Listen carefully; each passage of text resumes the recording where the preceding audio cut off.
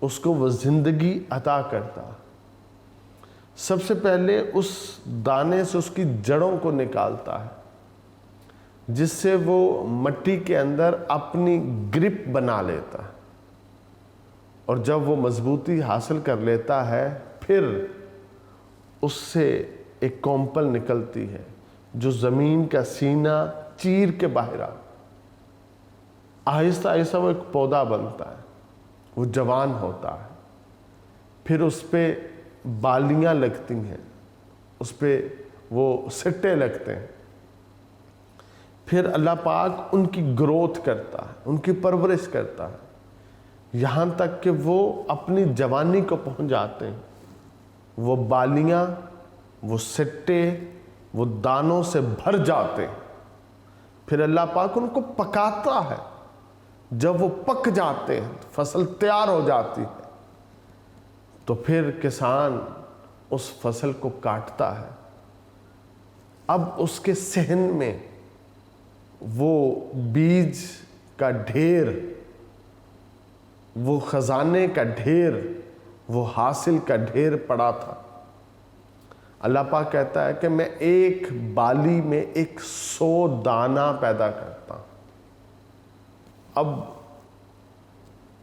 اس نے، کسان نے جتنے بیج کے دانے بکھیرے تھے، ہر بیج کے ایک دانے سے ایک پودا نکلا، ایک پودے پہ کئی سٹے لگے، کئی بالیاں لگی، ہر بالی میں، ہر سٹے میں 100 دانے ہیں۔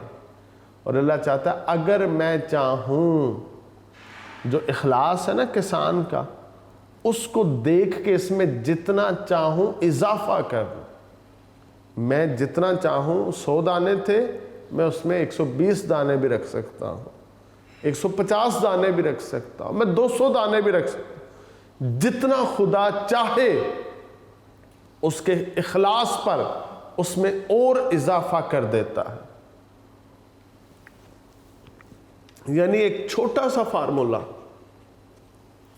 اگر ایک بوری بیج کی وہ کھیت میں بکھیری، وہاں سے اب کسان کو ایک بوری کے بدلے 100 بوریاں اناج کی ملیں گی۔ ایک بوری بکھیرنے پہ اس کو 100 بوریاں نصیب ہوئی۔ اب بیٹا یہ جو حاصل ہے، اقبال کہتے ہیں یہ بھی تو ہے۔ اگر اس زراعت کے شعبے سے اس کے مرکزی کردار کسان کو نکال دیں تو پھر کوئی بچے گا جو اس کھیت کو کھیت بنائے، جو اس مٹی کو اتنا نرم کرے، پھر اس پہ وہ بیج کو بکھیرے، اور پھر بکھیرنے کے بعد اس بیج کو مٹی کے اندر چھپا دے، اور پھر باراں جو بارش برسے وہ اس کے لیے رحمت بن جائے، اور پھر آج اس کی محنت اور مشقت کا ثمر اس کو یہ مل رہا ہے کہ وہ اس کا صحن جو ہے نا وہ خزانے سے بھرا ہوا، وہاں پہ ڈھیر لگے ہیں اناج کے۔ اگر کسان کو اپنی حقیقت کا علم ہو جائے تو اسے اپنی ذات پہ فخر ہوگا، اسے اپنی ذات پہ ناز ہوگا کہ میں اس شعبے کا مرکزی کردار ہوں۔ اگر اسے اپنی حقیقت کا نہیں پتا ہوگا تو پھر وہ کام تو کر رہا ہوگا، اس کی عظمت، اس کا مرتبہ، اس کی شان و شوکت کا اسے ادراک نہیں ہوگا۔ تو اقبال چاہتے ہیں اس کا ادراک اس کو دلائیں۔ تو عزیز طلبہ، یہ علامہ اقبال رحمۃ اللہ علیہ نے مسلمان کو اس کی عظمت یاد کروائی ہے۔ انسان اشرف المخلوقات ہے، انسان جو ہے یہ مرد مومن، مرد کامل ہے۔ اللہ نے جب انسان کی تخلیق کا ارادہ کیا تو فرشتوں سے ہم کلام ہوتے ہوئے انسان کا تعارف ان الفاظ میں کروایا، انی جاعل فی الارض خلیفہ، میں زمین میں اپنا خلیفہ، اپنا نائب بنانے والا۔ اللہ تعالیٰ نے مسلمان کو اپنا خلیفہ قرار دیتے ہوئے اس کے لیے کائنات کی ہر چیز پیدا کی۔ ارشاد نبی صلی اللہ علیہ وسلم ہے، دنیا تمہارے لیے بنی۔ اللہ تعالیٰ نے کائنات کی ہر چیز کو انسان کے لیے پیدا کیا، اور کائنات کی ہر چیز انسان کے سامنے مسخر ہے، انسان کے سامنے تابع ہے۔ انسان جو کرنا چاہے وہ کر سکتا ہے، یہ دنیا کرنے کی جگہ ہے۔ ارشاد ربانی ہے، اور ہم نے زمین کی ہر چیز تمہارے تابع کر دی۔ مرد مسلمان خدا کا خلیفہ ہے، خدا کا نائب جانشین ہونے کی وجہ سے اس کائنات میں اس کو مرکزی حیثیت حاصل ہے۔ کائنات کی ہر چیز انسان کے لیے بنائی گئی ہے، اور تمام انسانوں میں خدا کا نائب کون ہے؟ جو مسلمان ہے۔ علامہ اقبال نے کائنات میں مرد مسلمان کی مرکزیت کی وضاحت مختلف مثالوں کے ساتھ کی۔ اگر مسلمان کو بیٹا یہاں پہ اتنا پتہ چل جائے نا کہ میں اس کائنات کا مرکزی کردار ہوں، میں اس کائنات کا مرکزی کردار ہوں، میں خدا کا خلیفہ ہوں، میں خدا کا نائب ہوں، تو بیٹا پھر کیا ہوگا؟ اس کو سمجھ آ جائے گی اللہ پاک نے یہ ساری کائنات اس کے لیے بنائی ہے۔ تو کیا ہے یہاں پہ جو کسان کی مثال دی اور اس کے ساتھ اس کی چاروں چیزوں کو وہ گنوا دیا۔ اگر مرکزی کردار ہے تو چاروں چیزوں کا فائدہ ہوگا، وہ چاروں چیزیں مل کر ایسی کارآمد بنیں گی کہ وہ اس کے سامنے اناج کے ذخائر لگا دے گی۔ تو اگر ایسے ہی ایک مسلمان کو اپنی حقیقت کا ادراک ہو جائے تو اقبال کہتے ہیں پھر اس کے سامنے اس کی مقصد کی، اس کی منزل کی، اس کے حصول کی، اس کی تگدو کی، اس کی کوشش کی ساری چیزیں اس کے سامنے آ جائیں گی۔ جب اس کو آگہی نصیب ہو جائے گی پھر یہ مسلمان خود بھی منزل پہ پہنچے گا اور اس پوری کائنات کو لے کے یہ منزل پہ پہنچ جائے گا۔ اقبال کہتے ہیں اپنے من میں ڈوب کر پا جا سراغ زندگی، اپنے من میں ڈوب کر پا جا سراغ زندگی، تو اگر میرا نہیں بنتا نہ بن، اپنا تو بن۔ اقبال یہ چاہتے ہیں ہر مسلمان وہ اپنا بن جائے، اپنی حقیقت کو سمجھ جائے، اپنے راز کو پا جائے۔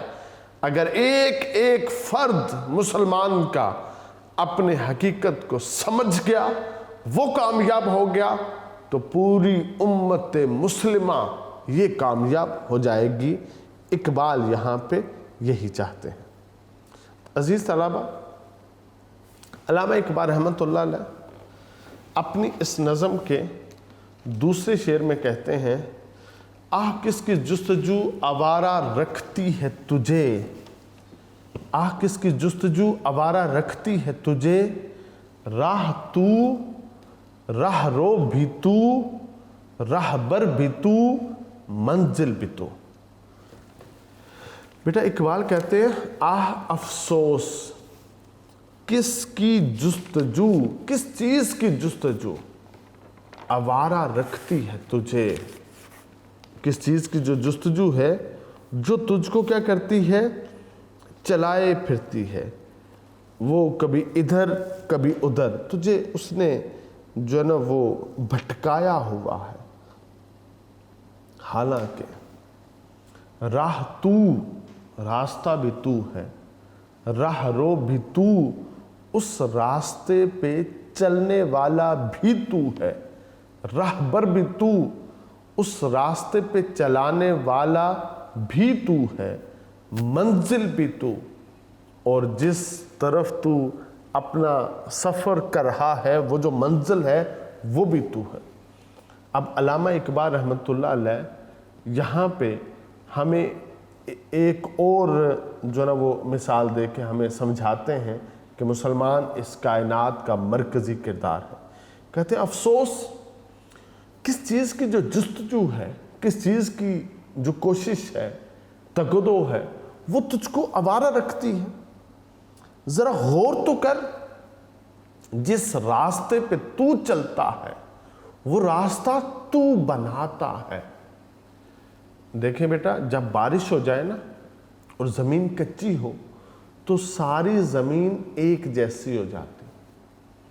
جب ایک شخص اس زمین سے پاؤں کے ساتھ چلتا اس کے پاؤں کا نشان پڑ جاتا۔ اب دوسرا شخص بھی وہیں سے گزرے گا کہ یہاں سے پہلا شخص گزرا ہے، میں بھی ادھر سے گزرتا ہوں، صحیح سلامت گزر جاؤں گا، پھسلوں گا نہیں۔ تیسرا شخص بھی پھر دیکھا دیکھی ادھر سے گزرتا ہے، تو کیا ہوتا ہے، ساری زمین ایک جیسی، اور اس میں سے یہ راستہ اب نمایاں ہو جاتا ہے، نظر آتا ہے۔ تو اقبال کہتے ہیں تو کس چیز میں آوارہ ہے، بھٹک رہا ہے، راستہ تو خود ہے۔ جس راستے پہ تو چلتا ہے اس کو راستہ تو نے خود بنایا ہے۔ تیرے قدم حرکت میں آئیں تو زمین پہ راستہ بنتا ہے، اگر تیرے قدم نہ اٹھیں، تیرے نشانے قدم زمین پہ نہ لگیں تو وہ راستہ نہیں بنتا۔ ارے تو راستہ بنانے والا ہے، راہ رو بھی تو ہے، اس راستے پہ چلنے والا بھی تو ہے، راہبر بھی تو، اس راستے پہ چلانے والا، لوگوں کو نشیب و فراز سے بچانے والا، لوگوں کے راستے کی ضروریات، مصیبتیں، تکلیفیں، ہر چیز بتانے والا، لوگوں کو ہر مشکل سے بچا کے ان کی منزل تک پہنچانے والا تو ہے۔ وہ راہبر بھی تو ہے، منزل بھی تو، اور وہ منزل تو خود ہے۔ انسان اپنی منزل خود طے کرتا ہے، اپنے ٹارگٹ خود بناتا ہے۔ اس لیے اقبال نے یہاں پہ ذکر کر دیا کہ وہ کون ہے، وہ منزل بھی تو خود ہے، یعنی یہ چاروں چیزیں اقبال کہتے ہیں وہ تو خود ہے۔ تو اقبال کہتے ہیں تو اپنے آپ سے آگاہ نہیں ہے، ورنہ تیری ذات ہی تیرا نصب العین ہے۔ تو خود ہی راستہ ہے اور خود ہی اس پر چلانے والا بھی ہے، تو خود ہی راستہ دکھانے والا بھی ہے، تو خود ہی منزل پر پہنچانے والا بھی ہے۔ اگر تو اپنے آپ کو پہچان لے تو تجھے ادھر ادھر بھٹکنے کی ضرورت نہ پڑے۔ حضرت علی شیر خدا فرماتے ہیں جس نے اپنے آپ کو پہچان لیا گویا اس نے اللہ کو پہچان لیا، کیونکہ نہ تو زمین کے لیے ہے نہ آسمان کے لیے ہے، نہ تو زمین کے لیے ہے نہ آسمان کے لیے، جہاں ہے تیرے لیے تو نہیں جہاں کے لیے۔ اپنے آپ سے آگاہ ہونا، اپنی اہمیت سے باخبر ہونے کو اقبال نے خود ہی کا نام دیا ہے۔ انسانی سرگرمیوں پر غور کیا جائے تو احساس ہوتا ہے کہ انسان کی ساری تگدو کسی نہ کسی مقصد کے حصول کے لیے ہے۔ مقصد کا حصول، اس کے لیے راستے کا تعین اور اس راستے پر چلنے کی ایک رہنما، ایک رہنما کی ضرورت ہمیشہ رہتی ہے۔ بعض اوقات انسان ساری زندگی گزار لیتا ہے لیکن اس پر واضح نہیں ہوتا کہ وہ جو کچھ کرتا رہا ہے وہ کس کے لیے کرتا رہا ہے اور کیوں کرتا رہا ہے۔ لیکن اگر انسان اپنے آپ کو جان لے تو پھر ساری کائنات اس کی ذات میں سمٹ آتی ہے۔ ایک فرد کا ادھر ادھر مارا پھرنا، منزل مقصود کے لیے سرگردہ ہونا، علامہ اقبال کے موقف کے مطابق اپنی ذات سے بے خبری کی دلیل ہے۔ اگر انسان اپنے آپ کو پہچان لے تو اسے کہیں مارے مارے پھرنے کی ضرورت نہیں رہتی، پھر کیا ہوتا ہے، منزل خود اس تک پہنچ جاتی ہے۔ اقبال کہتا ہے ڈھونڈتا پھرتا ہوں اے اقبال اپنے آپ کو، ڈھونڈتا پھرتا ہوں اے اقبال اپنے آپ کو، آپ ہی گویا مسافر، آپ ہی منزل ہوں میں۔ تو علامہ اقبال رحمۃ اللہ علیہ نے اس شعر میں ہمیں صرف یہ کہا ہے کہ ہم اپنی ذات سے آگاہ ہو جائیں، ہم اپنے نسب العین کو سمجھ جائیں، ہم نے جو سفر کرنا ہے وہ اپنی ذات سے اپنی ذات تک کرنا ہے۔ ساری کامیابیاں ہماری ذات میں سمٹی ہیں، ساری منزلیں ہماری ذات میں چھپی ہیں، سارے راستے ہماری ذات سے ہو کر جاتے ہیں۔ تو ہم کیا کریں، پہلا درس من عرفہ نفسہ، ہم اپنے آپ کو پہچان لیں، اور جس کو اپنی پہچان نصیب ہو گئی اس کو خدا کی پہچان نصیب ہو گئی، اور جس کو خدا کی پہچان مل گئی کائنات کی ساری کے سارے حجابات پردے اس سے اٹھا لیے جائیں گے، پھر وہ کائنات میں خدا کا نائب ہوگا، جیسا وہ چاہے گا پھر اس کا خدا ویسا ہی کرے گا۔ عزیز طلبہ، علامہ اقبال رحمۃ اللہ علیہ کی یہ نظم پیغام، آج کے اس لیکچر میں ہم نے اس کے پہلے 2 اشعار کیے ہیں، انتہائی خوبصورت شعر ہیں، آپ ان کو سمجھیے گا، محنت سے یاد کیجئے گا۔ اللہ رب العزت آپ سب کو علم نافع عطا فرمائے، آپ کا حامی و ناصر ہو۔ والسلام۔